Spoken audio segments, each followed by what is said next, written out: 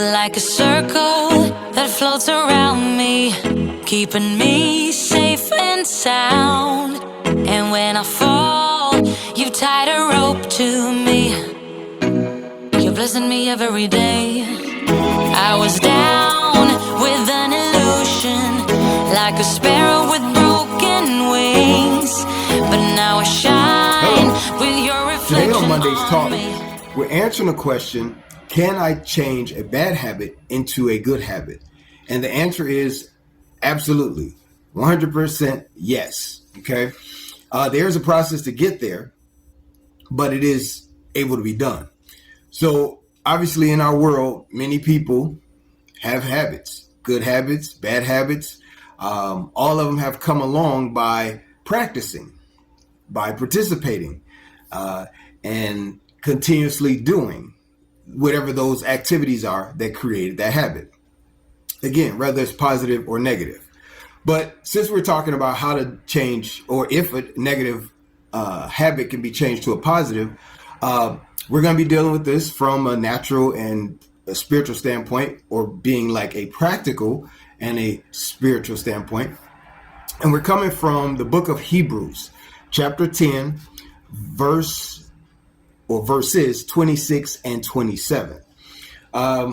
This one I'll read a little bit, and because it's not that long, but then we'll explain it on a practical level.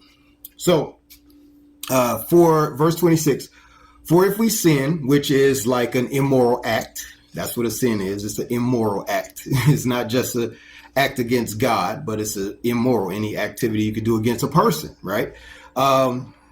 If we sin sin willfully, after we have received the knowledge of the truth, there remains no sacrifice for sin. All right. The second part is, but a certain fearful looking for a judgment and fiery indignation, which shall devour the adversaries. Okay. So I know this is some tough stuff. A lot of people don't like that kind of talk. Even Christians, believe it or not, a lot of times they don't like the hard parts of the Bible that we follow because it's difficult, right? It means that you have to develop certain standards and way of life. And that's not just a spiritual thing. That's the natural world, how we live in life, right? We have to make certain decisions that usually become habits to maintain positive things. But many people have different habits.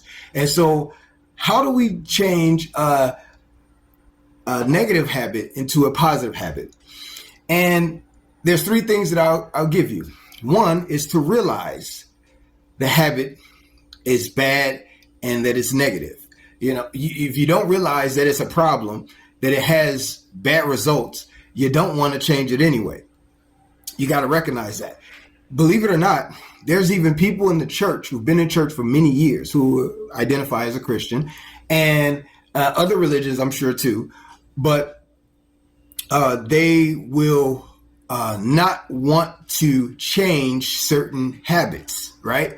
Because we're human. We're human just like everybody else. There's no perfect person. We all make flaws and mistakes. So the habits that we develop become parts of how we participate in life. And a habit is just basically a regular activity, a regular practice that's your activity. But the key thing to it is it's hard to get rid of, right? So again, this works for positive and negative habits. But a negative habit, you got to realize that it's negative. You got to recognize it, that it's wrong. You can't just say, that's not me. I can break it anytime I want to. Usually those kind of people who say that, usually most of the time, probably 99.9%, really can't break that habit. They just don't. And they'll say, I don't want to give it up. I don't want to right now. I'm fine right now. I can do it anytime, but I don't want to. Right. Exactly. Because it's got you. So, and that's normal. There's nothing wrong with recognizing that you have a bad habit or something that you need to change. That's part of growth in this life. Second thing, we want to recognize that there's an opportunity to change. So there is an opportunity for us to do something different. we have this opportunity given to us right now. Today is an opportunity. The third thing, we want to start making the proper steps to actually see the change. Now, realizing that bad habits, whether it's against God or whether it's against other people, have negative consequences, as we saw in verse 27. In this case, it's God who's got an issue with people who sin. But the reality is God always offers a way of redemption. So it doesn't just stop at the negative end. If you only want to identify a person's problem just to identify it, you're really not trying to help them. If you identify a person's problem to give them advice or give them a way out of that situation or information how to change that situation, then you actually really want to help them. That shows that you want to help them. A lot of people like to just put other people down, right? So that's not what we're doing here. Okay. So we're going to recognize that it's wrong. We got to start realizing that we got an opportunity to change, and we have to start making different habits.